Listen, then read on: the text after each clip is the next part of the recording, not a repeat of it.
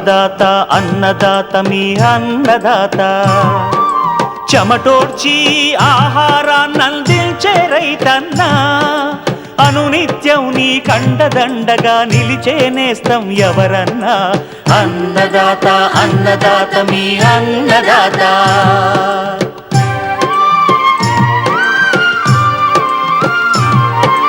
నూతన రీతుల సాగుబడికి నూరింతలు పెరిగే దిగుబడికి సూచనలిచ్చే సస్య రక్షణకు పశు పోషణకి శాస్త్ర విజ్ఞానం అందించి ముందుకు నడిపే తెలుగు రైతు భారతదేశానికి మకుటం అయ్యేలా తీర్చిదిద్దే ఆశయంతో మిమ్ము మేలు కొలిపేది అన్నదాత అన్నదాత అన్నదాత మీ అన్నదాత అన్నదాత అన్నదాత మీ అన్నదాత. అన్నదాత ప్రేక్షకులకు నమస్కారం. ఈనాటి ముఖ్యాంశాలు: వరి కోతల అనంతరం గడ్డిని తగలబెట్టడం వల్ల నష్టాలు, సద్వినియోగం చేసుకునే మార్గాలు,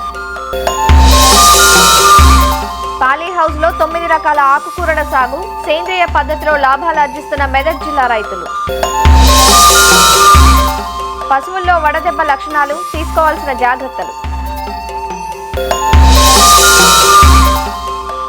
ఇంకా జై కిసాన్ వ్యవసాయ సమాచారం.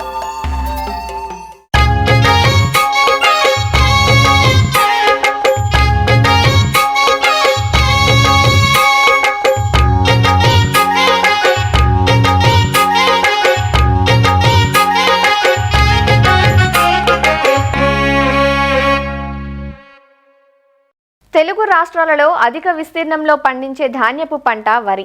గతంలో వరి కోతల అనంతరం ఎండుగడ్డిని పశువులకు మేతగా వినియోగించేవారు.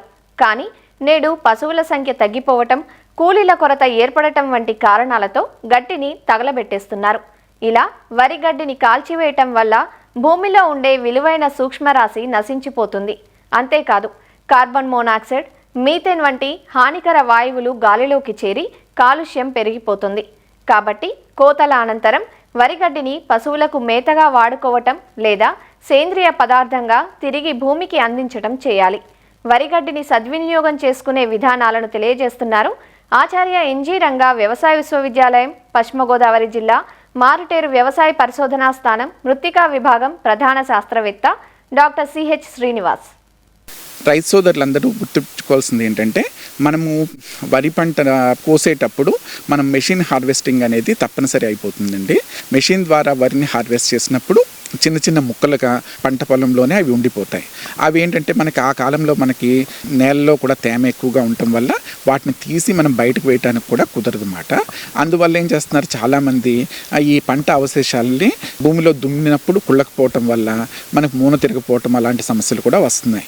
సో అందుకనే వీళ్ళ రైతులు కాల్చేయటం జరుగుతుందండి. పంట అవశేషాలను కాల్చడం వల్ల ఆ అవశేషాల్లో ఉన్న నత్రజని మొత్తము మనకు 90% నత్రజని, గంధకము 70%, తర్వాత భాస్వరము 60%, దాంట్లో ఉన్న పోషక మూలకాలన్నీ ఆవిరి రూపంలో బయటికి వాతావరణంలోకి వెళ్ళిపోతాయి.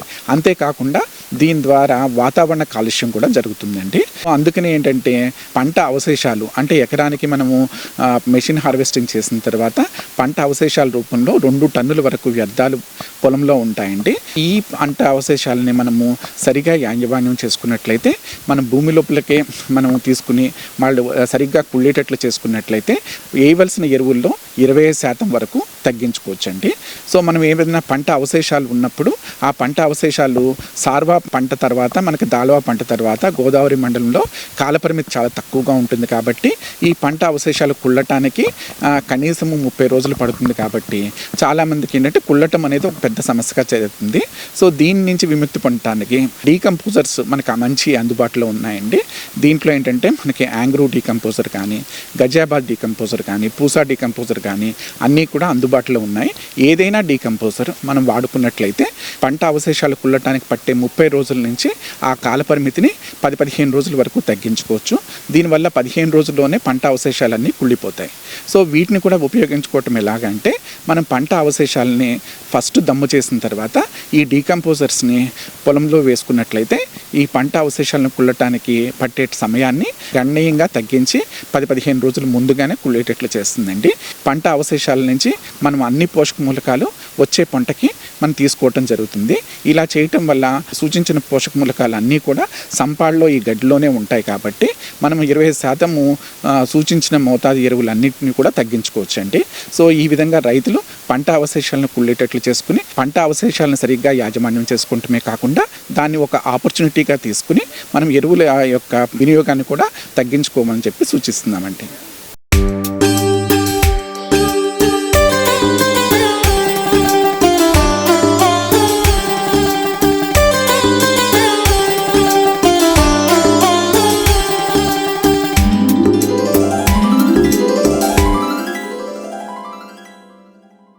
వాతావరణ ఆటుపోట్ల వల్ల నష్టపోయే ఉద్యాన రైతాంగానికి పాలీహౌజ్లు వరంగా మారాయి. వర్షాల నుంచి అలాగే అధిక వేడి, చలి ప్రభావం నుంచి పంటలకు రక్షిత వాతావరణం కల్పించబడుతుంది కాబట్టి పంటలు ఆరోగ్యంగా పెరిగే పరిస్థితులు పాలీహౌస్ సేద్యంలో రైతుకు సావకాశంగా ఉన్నాయి. ప్రాథమిక పెట్టుబడి ఎక్కువైనా ఉద్యాన శాఖ నుంచి రాయితీలు పొంది తెలంగాణ రాష్ట్రంలో ఉద్యాన రైతులు వేలాది సంఖ్యలో పాలీహౌజ్లు ఏర్పాటు చేసుకున్నారు. కూరగాయలు, పూల పంటలు పండించుకుంటున్నారు. అయితే పాలీహౌస్లో 9 రకాల ఆకుకూరలను సేంద్రియ పద్ధతిలో మెదక్ జిల్లా తునికి కృషి విజ్ఞాన కేంద్రం శాస్త్రవేత్తల సహకారంతో పండించుకుంటూ మంచి లాభాలు ఆర్జిస్తున్నారు రాయలాపూర్ గ్రామానికి చెందిన రైతు సూరిబాబు. 30 గుంటల్లో నిర్మించుకున్న పాలీహౌస్లో ఎత్తుబెడ్లపై ఆకుకూరలు ఎలా పండిస్తున్నారో రైతు సూరిబాబుతో పాటు శాస్త్రవేత్త శ్రీనివాస్ నుంచి తెలుసుకుందాం. మాది 30 గుంటల పాలీహౌస్లో మేము ఇంతకుముందు పూలు వేసేవాళ్ళము. లాక్డౌన్కి ముందు లాక్డౌన్లో అంతా కరోనా వచ్చి అంతా పూలు తెంపేసి బయటపడేది, చాలా లాస్ అయిపోయింది. మన కేవీకే శాస్త్రవేత్తల వల్ల మేము ఇక్కడ సజెషన్ తీసుకొని ఇక్కడ 5-6 సంవత్సరాలు అవుతుంది లీఫీ వెజిటేబుల్స్ మళ్ళీ ఆర్గానిక్ వేస్తున్నాము. మా సొంతంగా మార్కెట్ చేసుకుంటాము. ఇక్కడ లోకల్లో మేము అమ్ముకుంటాము, నర్సాపూర్ వేస్తాము, కౌడిపల్లి, మెదక్, గుమ్మడిదల మేము వేసుకుంటాము. మాకు రోజు ఆదాయము 2500 నుంచి 3000 మధ్యలో వస్తుంది. మేము అట్లాగే మందులు ఏంటంటే పంచగవ్య, జీవామృతం, ఫిషమిక్ యాసిడ్ ఇలాంటి మందులు వేస్తాము. మళ్ళీ ఇక్కడ మేము ల్యాబుల నుంచి వేసుకుంటాము, జీవనెరువులు వాడుతున్నాము. మంచి లాభాలు ఉన్నాయి. కేవీకే వల్ల మాకు మంచి సపోర్ట్ ఉంది. మేము 5-6 రకాల కూరలు పండిస్తాము. ఏంటంటే తోటకూర, పాలకూర, మెంతం కూర, పుదీనా, కొత్తిమీర, గోంగూర ఇలాంటివన్నీ పండిస్తాము. ఈ వర్మీ కంపోస్ట్ మేమే తయారు చేసుకుంటాము. పాలకూర కట్ చేయని మళ్ళీ వర్మీ కంపోస్ట్ వేసుకొని షివరింగ్ పట్టుకొని మళ్ళీ ఆటోమేటిక్గా మనం యూరియా ఎట్లా దానికంటే మంచిగా వస్తుంది. మళ్ళీ మాకు రోజు 2 గంటలే పని ఉంటుంది. పొద్దున హార్వెస్టింగ్ చేసుకుంటే 2 గంటల పని ఉంటుంది. మాకు ఆదాయం రోజు 2500 నుంచి 3000 మధ్యలో వస్తుంది. మళ్ళీ మేము పుల్లటి మజ్జిగ, ఫిషమిక్ యాసిడ్ మేము మందులు కొట్టుకుంటాము. ఫస్ట్ మేము ప్లవ్ వేసుకుంటాం. ప్లవ్ వేసుకుంటే అంతే లాభాలు ఏంటంటే మట్టి అనేది కింద మీద అయ్యి దుక్కి అనేది మంచిగా ఉంటుంది. ప్లవ్ అయిపోయినాక నాగలు వేసుకొని మళ్ళీ రూటవేట్ వేసి మళ్ళీ బోజ కొట్టుకుంటాము. బోజ కొట్టిన తర్వాత బోజ కొంచెం సదరం చేసిన తర్వాత యాపొడి వేసుకుంటాము. యాపొడి వేసిందంటే కొంచెం ఏమన్నా పురుగులు ఏమన్నా అన్నా కానీ చచ్చిపోతాయి. యాపొడి అయిపోయిన తర్వాత వర్మీ కాన్స్టంబర్ పశువులనే వేసుకుంటాము. వేసాగానే లైన్స్ కొట్టుకొని ఇత్తులు వేసుకుంటాము. మళ్ళీ ఇటు పాలకూర కానీ మళ్ళీ పాలకూర వేయము. అదే పంట మార్పిడి చేస్తాం. ఇక్కడ తోటకూర కానీ, గోంగూర కానీ, మెంతం కూర కానీ, పుదీనా కానీ పెట్టుకుంటాం. పంట మార్పిడి లెక్క వేసుకుంటాం. మేము బెడ్కు మధ్యలో ఫీట్ గ్యాప్ ఉంటుంది. బెడ్ సైజు 3 ఫీట్లు ఉంటుంది. మళ్ళీ మేము డ్రిప్ తోట పండించుకుంటాము. చిన్నగా ఉన్నప్పుడేమో మొలకలు ఉన్నప్పుడు చిన్న కొంచెం మెలేసిన దాకా మేము షివరింగ్ చేసుకుంటాము. కొంచెం పెరిగిన తర్వాత డ్రిప్ వేస్తాము. బెడ్ మొత్తం సైజు 3 ఫీట్లు ఉంటుంది. బెడ్ లెంత్ ఏమో 75 ఫీట్లు ఉంటుంది. ఇక మనం చూస్తున్నటువంటి పాలీహౌస్లో రాయలాపూర్ గ్రామంలో ఈ పాలీహౌస్లో సూర్యబాబు అనే రైతు గత కరోనా ముందు వరకు కూడా ఈ పాలీహౌస్లో వాళ్ళు పూలు పండించేవాళ్ళు, కార్నేషన్ ఫ్లవర్స్.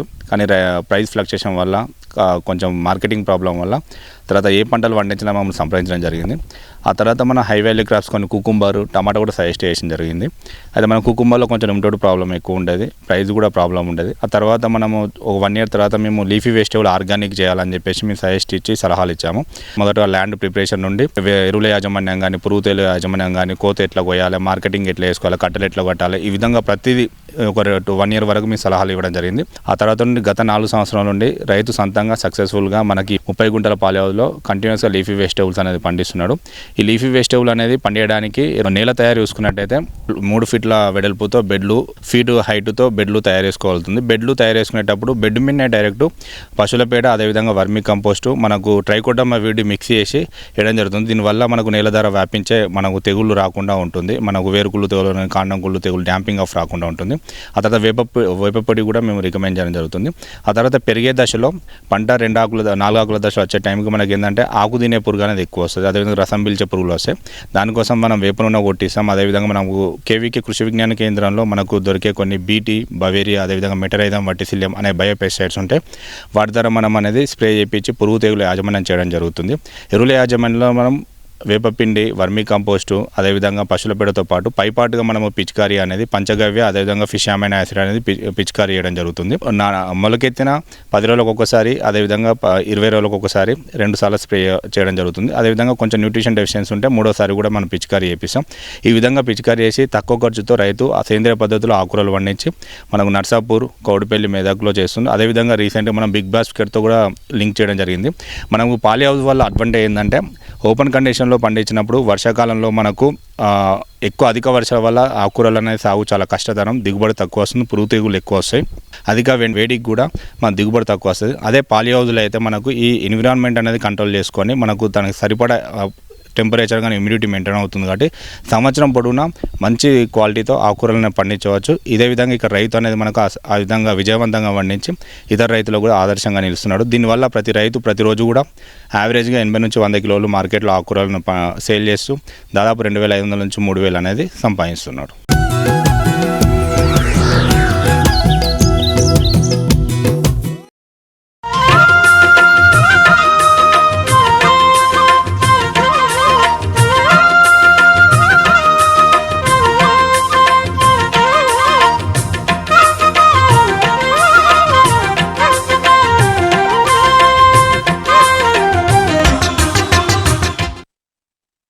బాణుడు భగభగమంటున్నాడు. ఇప్పటికే ఉష్ణోగ్రతలు చాలా ప్రాంతాల్లో 45 డిగ్రీల సెంటీగ్రేడ్ దాటేశాయి. ఈ వేడి సెగల నుంచి మూగజీవాలను రక్షించుకునేలా అన్ని జాగ్రత్తలు తీసుకోవాలి. నల్లజాతి పశువులు, అలానే సంకరజాతి హెచ్ఎఫ్, జెర్సీ ఆవులు త్వరగా వడదెబ్బకు లోనవుతాయి. అందువల్ల పశువుల కొట్టాల్లో తప్పనిసరిగా చల్లదనం కల్పించే ఏర్పాట్లు చేసుకోవడం ముఖ్యం. అసలు పశువులు వడదెబ్బకు గురయ్యాయని ఎలా తెలుసుకోవడం, వడదెబ్బకు గురి కాకుండా ఎలాంటి జాగ్రత్తలు తీసుకోవాలి?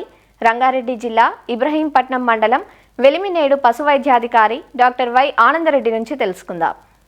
పశువులలో ఉదాహరణకు బర్రెలలో చూసుకుంటే ఉష్ణ సమతుల్యత స్థితి అనేది 15 డిగ్రీ సెంటీగ్రేడ్ నుంచి 25 డిగ్రీ సెంటీగ్రేడ్ వరకు ఉంటుంది.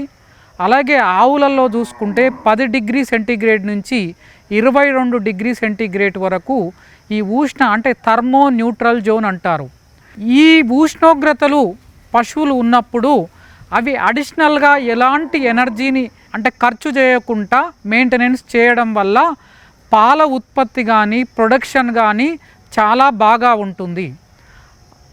ఎప్పుడైతే వేసవి కాలం వచ్చిందంటే బయటి వాతావరణం టెంపరేచర్ 45 నుంచి 50 సెంటీగ్రేడ్ వరకు పెరిగిపోవడం వల్ల పశువులు ఎండ ప్రభావం వల్ల నెగిటివ్ ఎఫెక్ట్ అంటే ఈ ఎండను తట్టుకోవడానికి పశువు ఎక్కువ శక్తిని ఖర్చు చేయడం జరుగుతుంది. అంటే తన ఉష్ణోగ్రతని నార్మల్ లెవెల్ ఉంచుకోవడానికి ఎక్కువ శక్తిని ఖర్చు చేయడం జరుగుతుంది. ఈ శక్తి ఖర్చు చేయడం వల్ల దీనివల్ల మిల్క్ ప్రొడక్షన్ తగ్గడమే కాకుండా తర్వాత రీప్రొడక్షన్ అంటే ఎదకు రాకపోవడము, తర్వాత ఎదకు వచ్చిన కట్టకపోవడము, సరిగ్గా ఎదగకపోవడం కూడా ఈ వేసవి కాలంలో ఎదురయ్యే నెగిటివ్ ప్రభావాలు. అలాగే ఈ ఎండ ఎక్కువ వల్ల ఎప్పుడైతే ఉష్ణ సమతుల్యత స్థితి కోల్పోయినప్పుడు పశువుకు వడదెబ్బ రావడము, హీట్ స్ట్రెస్ ఎండ దెబ్బ తలగడము కూడా జరుగుతుంది. ఈ ఎండ దెబ్బ లక్షణాలు పశువులలో ఎలాంటి లక్షణాలు ఉంటాయి మనం చూసుకుంటే, ఫస్ట్ ఎండ దెబ్బ హీట్ స్ట్రెస్ పెరుగుతుందనేది ఇనిషియల్గా రైతు సోదరులు గమనించేది ఏంటంటే ఫస్ట్ ప్యాంటింగ్, దీనే ఒగర్చడము, గస పెట్టడము జరుగుతుంది. రెండవది ఊపిరి ఎక్కువగా తీసుకోవడం జరుగుతుంది. జనరల్గా పశువు నిమిషానికి 15 నుంచి 22 సార్లు మాత్రమే ఊపిరి తీసుకోవాలి. కానీ ఎండ దెబ్బ ఎక్కువగా ఉంటే 60 సార్లు ఊపిరి తీసుకోవడం జరుగుతుంది. పశువు పడుకోవడం కంటే ఎక్కువ నిలబడడానికే చూస్తుంటుంది. అలాగే పశువు ఎండ నుంచి నీడ ప్రదేశానికి వెళ్ళడానికి ప్రయత్నం చేస్తుంది. అలాగే శరీరం యొక్క ఉష్ణోగ్రత పెరగడం, మామూలుగా పైన పట్టుకుంటే చర్మము చల్లగా ఉండే బదులు వేడిగా ఉండడం రైతు సోదరులు గమనించాలి. అలాగే సలైవేషన్, చొంగగార్చడం జరుగుతుంది. ఈ ఎండ దెబ్బ కూడా ఎక్కువగా దూడలలో ఎక్కువగా ఉంటుంది. అలాగే హెచ్ఎఫ్ జెర్సీ లాంటి హై ఈల్డర్సు, తర్వాత నల్ల చర్మం ఉండే బర్లల్లో ఎక్కువగా ఉంటుంది. పశువు యొక్క శరీరము 106 ఫారెన్హీట్లు దాటినట్లయితే థర్మో రెగ్యులేటరీ మెకానిజం టోటల్గా లాస్ కావడం వల్ల పశువు అన్కాన్షియస్లోకి వెళ్ళే అవకాశం కూడా ఉంటుంది. ఒక్కోసారి కోమాలకి వెళ్ళి చనిపోవడం కూడా జరుగుతుంటుంది. అయితే దీనికి రైతు సోదరులు ఎలాంటి చర్యలు తీసుకోవాలి? ఒకటి, దీని న్యూట్రిషనల్ నీడ్స్ని అంటే యాజమాన్య పద్ధతులలో పోషణ సరిగ్గా చేయడం వల్ల ఎండ దెబ్బ తగలకుండా చూసుకోవచ్చు. ఎండాకాలంలో మంచి హై క్వాలిటీ పచ్చి మేత రకాలు తగినంత మోతాదులో ఇవ్వడం వల్ల ఈ ఎండ దెబ్బ తలిగే అవకాశాన్ని మనం నిర్మూలన చేసుకోవచ్చు. అలాగే ఎండుగడ్డిని కొంచెం తగ్గించాలి. ఇప్పుడు దానా కూడా ఎక్కువ మోతాదులో ఇస్తే ఎనర్జీ నీడ్ అనేది ఎక్కువ వస్తుంది. దానా ఎక్కువగా ఇస్తే ఈ అసిడోసిస్ అనేది పెరిగే, ఆమ్ల అజీర్తి అనేది పెరిగే అవకాశం ఉంటుంది. కావున సమతుల్యంగా దానా కొద్దిగా ఎక్కువ ఇవ్వాలి. దానాతో పాటు పచ్చిమేతలో ఒక 1/4 ఈ లెగ్యూమ్ పచ్చిమేతని అంటే ల్యూసర్ను కానీ ఇట్లాంటి పచ్చిమేతను ఇవ్వడం వల్ల ఎనర్జీ నీడ్స్ పశువుకు వస్తాయి. ఇది మేతలో. తర్వాత ఈ ఎండ దెబ్బ తలగడం వల్ల శరీరంలో సోడియం, పొటాషియం లవణాలు ఎక్కువగా నష్టపోయే ఛాన్స్ ఉంటాయి. కాబట్టి వీటికి ఈ మన దానాలో సోడియం, పొటాషియం ఉండేటట్లు, లేకపోతే ఎలక్ట్రోలైట్స్, మనం మార్కెట్లో ఉండే ఎలక్ట్రోలైట్స్ ఇవ్వడం వల్ల కూడా ఈ సోడియం, పొటాషియం లాస్ని మనం నివారించుకోవచ్చు. అలాగే మనం షెడ్ కట్టే చోటు కూడా గాలి అనేది ఫ్రీగా ఫ్లో అయ్యేటట్లు ఉండాలి. ఉదాహరణకు తూర్పు పడమర షెడ్ కన్స్ట్రక్షన్ చేయడము, మనం పాకేయడం కూడా తూర్పు పడమట వేయడం వల్ల ఎండ డైరెక్ట్ పశువుల మీద పడకుండా ఉంటుంది. దానివల్ల ఉష్ణోగ్రత కూడా మన షెడ్లలో తక్కువగా ఉంటుంది. అలాగే హైట్లో, కొంచెం హైట్లో కట్టడము షెడ్డు. తర్వాత షెడ్ చుట్టూ షేడీ అంటే మంచి నీడనిచ్చే వృక్షాలు పెంచడం వల్ల, ఈ షేడీ ఏరియా ఉండడం వల్ల ఎండాకాలంలో ఈ ఎండ నుంచి వడదెబ్బ నుంచి, హీట్ స్ట్రోక్ నుంచి పశువులను రక్షించుకోవచ్చు. ఇది యాజమాన్య పద్ధతిలో ఒకటి. తర్వాత రెండవది ఏంటంటే, ఎండాకాలంలో ఈ ఎండను తట్టుకోవడానికి పశువులకు ఎల్లవేళలా అందుబాటులో చల్లటి నీరు ఉంచడం. అంటే మనం షెడ్ కట్టేటప్పుడే 24 గంటలు వాటర్ ఉండేటట్లు మనం కన్స్ట్రక్షన్ చేసుకోవాలి. అంటే తనకి ఇష్టమైనప్పుడు వాటర్ తాగే అవకాశాన్ని రైతు సోదరులు పశువుకి ఇవ్వాలి. అలాగే పశువును ఎండాకాలంలో మల్టిపుల్ టైమ్స్, మినిమము మామూలుగా రోజుకు 2 సార్లు కడగడం జరుగుతుంటుంది నీళ్ళతోని. కానీ ఈ ఎండాకాలంలో మినిమం 3 నుంచి 4, 5 సార్లు కడగడం వల్ల హీట్ స్ట్రెస్ రాకుండా మనం చూసుకోవచ్చు. అంటే ఎండ తీవ్రతని మనం అరికట్టవచ్చు. తర్వాత ఈవెన్ షెడ్లు లేని రైతులు ఈవెన్ చల్లటి నీడనిచ్చే చెట్ల కింద కట్టేయడం వల్ల ఎండ తీవ్రత నుంచి పశువును రక్షించుకోవడం జరుగుతుంది.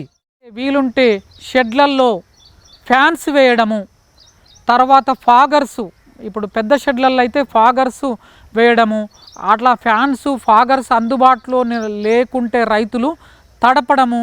తర్వాత ఈ బర్లల్లో ఎండాకాలం ఎండ విపరీతంగా ఉండే టైంలలో ఈ బర్లలో వ్యాలోయింగ్, చెరువులలోకి, కుంటలలోకి వెళ్ళి వాటిని ఆ నీటిలో పడుకోబెట్టడం వల్ల ఈ ఎండ దెబ్బ నుంచి పశువులను రక్షించుకోవచ్చు.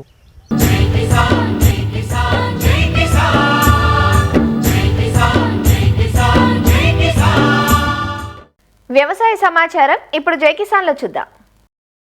గోదాము నిర్మాణ పనులు మొదలుపెట్టి ఏళ్లు గడుస్తున్నా ఎప్పటికీ అసంపూర్తిగానే మిగిలిపోవడంపై రైతులు ఆందోళన చెందుతున్నారు. నంద్యాల వ్యవసాయ మార్కెట్ యార్డ్లో 2016-17 సంవత్సరంలో గోదాము నిర్మాణానికి ప్రతిపాదనలు రాగా 2019లో పనులు ప్రారంభించారు. దాదాపు 90 లక్షల రూపాయలతో 1500 మెట్రిక్ టన్నుల సామర్థ్యం ఉండేలా ప్రతిపాదనలు సిద్ధం చేశారు. పునాదులు, పైభాగం గోడలు తదితర పనులు కలిపి దాదాపు 30% మేర జరిగాయి. అయితే అక్కడి నుండి పనులు ముందుకు సాగని పరిస్థితి రైతులను కలవరానికి గురిచేస్తోంది. ప్రభుత్వాలు మారుతున్నా గోదాము నిర్మాణం మాత్రం పూర్తి కావడం లేదంటూ రైతులు ఆందోళన చెందుతున్నారు. గత 7 సంవత్సరాల క్రితం ఇక్కడ గోడౌన్ స్టార్ట్ అయింది. దాదాపు 1500 మెట్రిక్ టన్నులతో గోడౌన్ స్టార్ట్ అయింది. ఆ గవర్నమెంట్లో సరిగా పట్టించుకోకపోగా పోయిన గవర్నమెంట్ కూడా ఎక్కడ ఒక ఇటుక కూడా వేయలేదు. కూటమి గవర్నమెంట్ వచ్చి 2 సంవత్సరాలైనా ఎక్కడ దీన్ని కదిలించే పరిస్థితి లేదు. రైతులకు ఈ ధాన్యం కొనుగోలుకు వచ్చేసరికి గోడౌన్లు ఎక్కడ ఖాళీ లేవు, ఎక్కడ ఇబ్బంది పడుతుంది ప్రభుత్వం అంటున్నారు. రైతులవి కొనుగోలు వచ్చేసరికి ఎక్కడ స్టాక్ పెట్టడానికి ఇబ్బంది అవుతుందంటే బయట బాడుగలకు ఇచ్చి గోడౌన్లు తీసుకుంటున్నారు. ఒక 2 ఏళ్ళ బాడిగ కాదనుకుంటే ఇక్కడ బిల్డింగే తయారవుతుంది, శాశ్వతమైన బిల్డింగు. అది రైతులకు ఉపయోగపడుతుంది. గవర్నమెంట్ పెట్టినా లేదంటే రైతులు ఏదైనా స్టాక్ పెట్టుకున్నా అది ఉపయోగపడే అవకాశం ఉంటుంది. 2016-17 సంవత్సరంలో నంద్యాల వ్యవసాయ మార్కెట్ యార్డులో 90 లక్షల రూపాయలతో 1500 మెట్రిక్ టన్స్ ధాన్యం నిల్వ ఉండడానికి దీనికి కాంట్రాక్ట్ ఇవ్వడం జరిగింది. అప్పుడు 2019 లోపల వచ్చేసి 30% మాత్రమే 30 లక్షల నిధులతో మాత్రమే ఖర్చు పెట్టడం జరిగింది. గత ప్రభుత్వం నిర్లక్ష్యం వలన ఇది ఇలాగనే ఆగిపోయింది. కాబట్టి ఇప్పుడైనా కూడా గవర్నమెంట్ వచ్చి 2 సంవత్సరాలు అవుతుంది. నిధులు వృధా కాకుండా ప్రభుత్వం దీన్ని వెంటనే చర్య తీసుకొని దీన్ని పునర్నిర్మాణం చేసి రైతులకు అందుబాటులోకి తీసుకురావాలని చెప్పేసి కోరుతున్నాను. మొన్న ఖరీఫ్ సీజన్లో వచ్చేసి నంద్యాల జిల్లాలో వచ్చేసి 2,40,000 ఎకరాలు మొక్కజొన్న ఉంది. మార్కెట్ ఎందుకు ప్రొక్యూర్మెంట్ చేయలేకపోయిందంటే నిల్వ చేసుకోవడానికి గోదాములు సరిగా లేకపోవడంతో ప్రొక్యూర్మెంట్ చేయలేకపోయింది. కాబట్టి ఒక మార్కెట్ ద్వారా ప్రొక్యూర్మెంట్ చేసేదానికి కావచ్చు, రైతులు పెట్టుకోవడానికి కావచ్చు, ఇవన్నీ అందుబాటులోకి తీసుకుని వచ్చే రైతులకు కూడా చాలా ఉపయోగం ఉంటుంది. కాబట్టి ఇలాంటి వృధాలు అరికట్టి ప్రభుత్వం తక్షణ చర్యలు తీసుకోవాలని చెప్పేసి కోరుతున్నాం. గోదాము అసంపూర్తి నిర్మాణం గురించి ఇప్పటికే ఉన్నతాధికారుల దృష్టికి తీసుకెళ్లామని మార్కెట్ కమిటీ అధికారులు చెబుతున్నారు.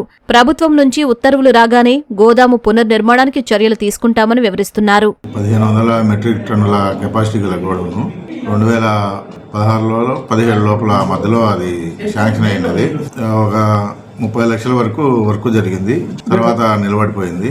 మేము ఇప్పుడు మా గవర్నమెంట్ వచ్చినాక మేము దాన్ని మళ్ళీ రిజిస్ట్రేషన్ వేసి గవర్నమెంట్కి పంపించడం జరిగింది. ప్రపోజల్ త్వరలోనే శాంక్షన్ అయ్యిందని మా అధికారులు చెప్పారు. శాంక్షన్ అయితేనే టెండర్లు పిలిచి మళ్ళీ త్వరలోనే ఆ గోడౌన్ అందుబాటులో తెచ్చి ప్రజలకి రైతులకు ఉపయోగపడేటట్లు చేయడానికి నిర్ణయించుకున్నాం. 2016-17లో వర్కుకు 1500 మెట్రిక్ టన్నుల గోడాము 2019లో 35% పూర్తయ్యి కొన్ని అనివార్య కారణాల వల్ల ఆగిపోవడం జరిగింది. ప్రస్తుతం దానికి సంబంధించి రీఎస్టిమేషన్ వేయించి హెడ్ ఆఫీస్కు పంపడమైంది. ఆ శాంక్షన్ వచ్చిన తర్వాత వర్క్ మొదలు పెట్టేసేసి 1500 మెట్రిక్ టన్నుల గోడౌన్ను పూర్తి చేసి రైతులకు అందుబాటులో తేవడానికి ప్రయత్నిస్తున్నాం. దీనివల్ల రైతులకు రైతు బంధు పథకము ఉపయోగపడుతుందని తెలియజేస్తున్నాం. పంట నిల్వ కోసం ప్రైవేటు గోదాములను ఆశ్రయిస్తే ఖర్చులు పెరిగిపోతున్నాయని, వీలైనంత త్వరగా గోదాము నిర్మాణం పూర్తి చేస్తే సాగుదారులకు ఊరట కలుగుతుందంటూ రైతులు కోరుతున్నారు. మరిన్ని విభిన్న అంశాలతో రేపటి అన్నదాతలో మళ్ళీ కలుసుకుందాం. నమస్కారం. అన్నదాతలు తమ సందేహాలు, సమస్యలను 1800-425-4085 టోల్ ఫ్రీ నెంబర్లో ఉదయం 10 గంటల నుంచి 11 గంటల మధ్య పని దినాలలో సంప్రదించగలరు. ఈ కార్యక్రమాన్ని యూట్యూబ్లో www.youtube.com/annadata ETV లింక్ ద్వారా వీక్షించవచ్చు.